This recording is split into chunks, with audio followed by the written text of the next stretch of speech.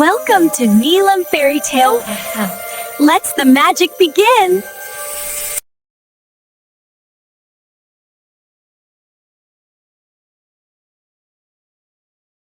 अगर आप चाहते हैं कि ये कहानी सिर्फ आपके नाम की हो, तो अपना नाम कमेंट में लिखना ना भूलें। बहुत दूर इस दुनिया से परे, जहां आसमान और पानी एक दूसरे से गले मिलते थे, वहां समंदर की गहराइयों में एक अजीम सल्तनत थी।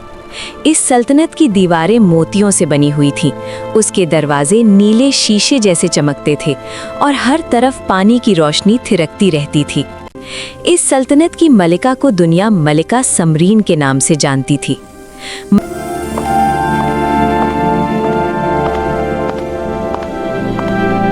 मलिका समरीन बहुत खूबसूरत थी। उसके बाल गहरी लहरों की तरह लंबे और रेशमी थे। जब वो चलती तो पानी उसके कदमों को चूमता हुआ आगे बढ़ता। उसकी आंखों में समंदर की गहराइयों जैसी खामोशी थी, ऐसी खामोशी जो सिर्फ दर्द छुपाने वाले चेहरों पर होती है।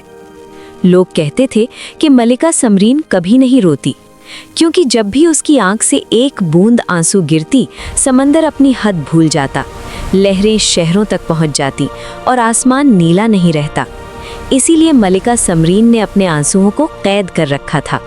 मगर उस रात उसके दिल में एक पुराना जख्म फिर से जाग उठा।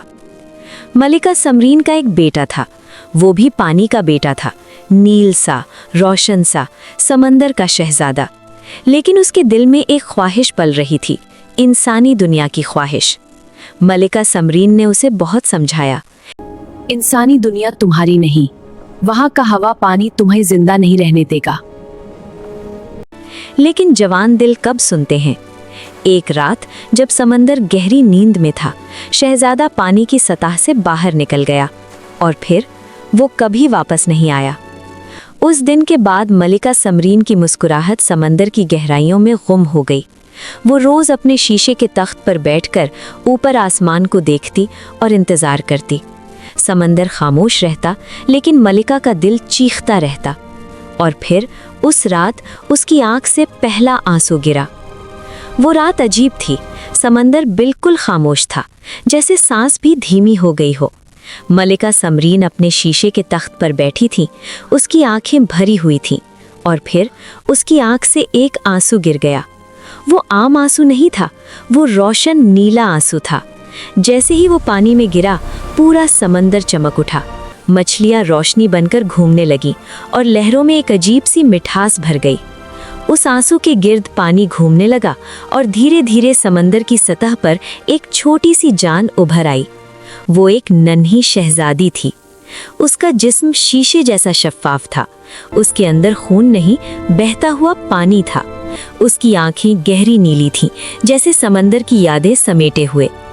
मलिका समरीन ने उसे अपनी गोद में उठा लिया। उस वक्त मलिका के चेहरे पर बरसों बाद एक नरमी उतरी। तुम मेरी आंख का नूर हो, उसने हल्की आवाज में कहा। उसका नाम रखा गया रमशा। रमशा समंदर की सबसे प्यारी बेटी बन गई। जहां वो जाती, पानी वहां खुद रंग बदल लेता। जब वो हंसती तो समंदर में फूल उगाते, जब वो सोती तो लहरें ललबाए गाती। मगर जैसे जैसे वो बड़ी होती गई, उसके दिल में एक अजीब सी कसक भी बढ़ती चली गई।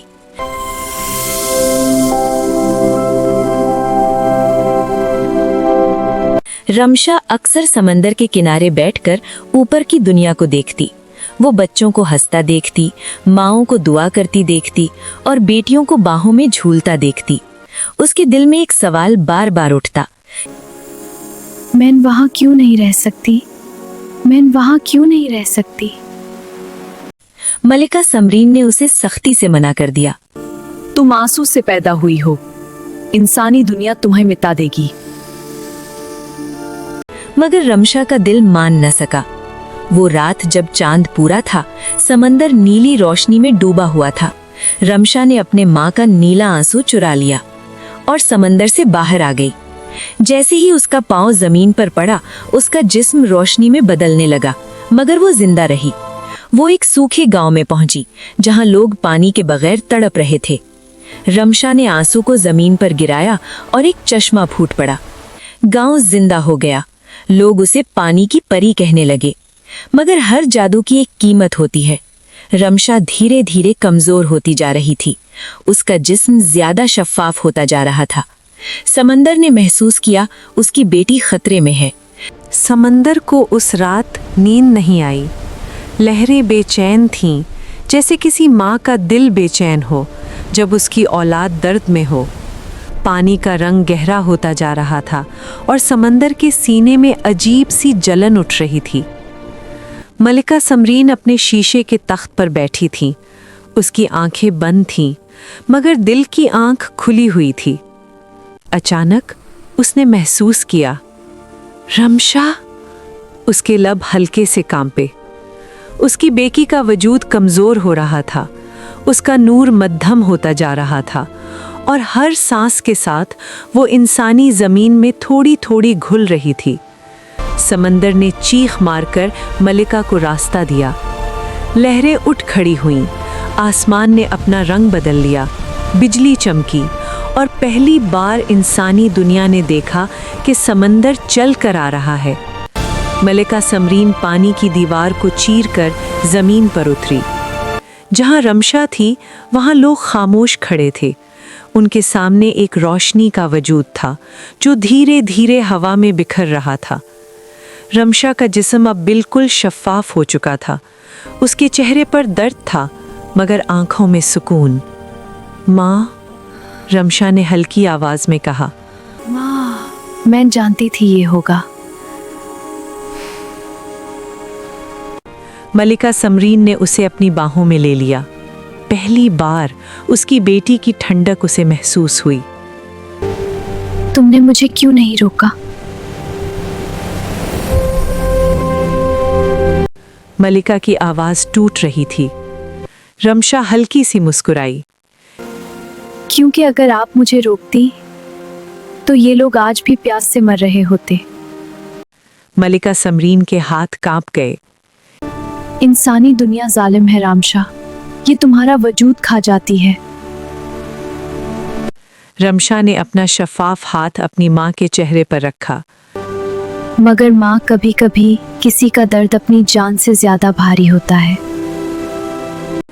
उस लम्हे मलिका समरीन का दिल टूट गया। उसने ऊपर आसमान की तरफ देखा और फिर उसकी आंख से एक और आंसू गिरा। मगर ये आंसू पहले जैसा नहीं था। ये आखिरी आंसू था। इस आंसू में उसकी मोहब्बत थी, उसकी माँ होने की कुर्बानी थी और उसका वो दर्द था जो सदियों से कैद था।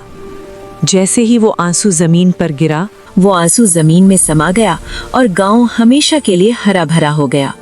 आज भी कहते हैं कि जब समंदर ज्यादा चमकता है तो समझ लो मलिका समरीन अपनी बेटी रमशा को याद कर रही होती हैं।